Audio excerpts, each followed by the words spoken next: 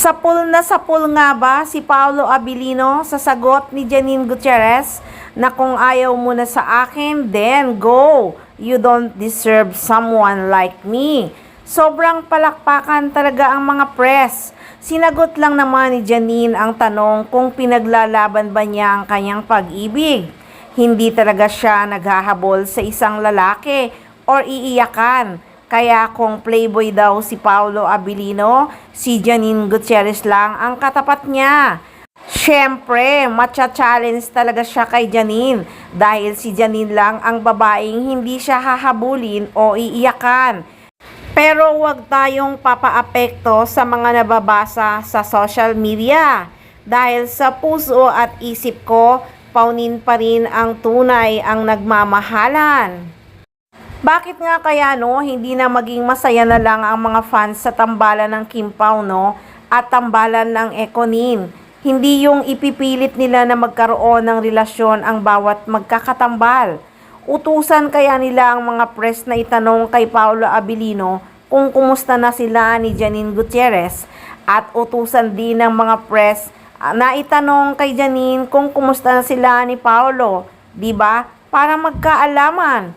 Pero halatang walang nagtatanong sa press sa bawat isa tungkol sa estado ng relasyon ng paunin.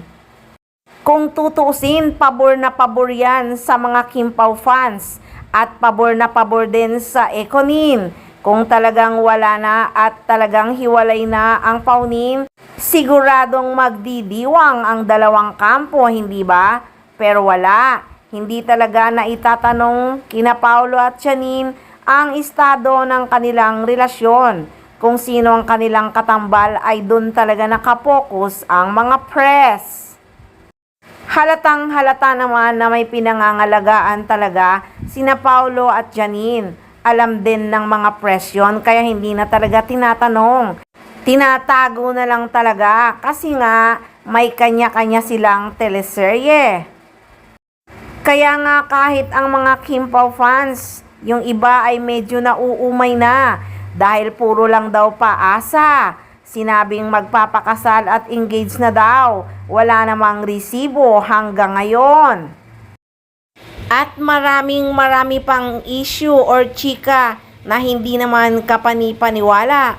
So guys, this is Maarteng Machika at mangangalap pa ako ng mga updates nila Paolo at Janine.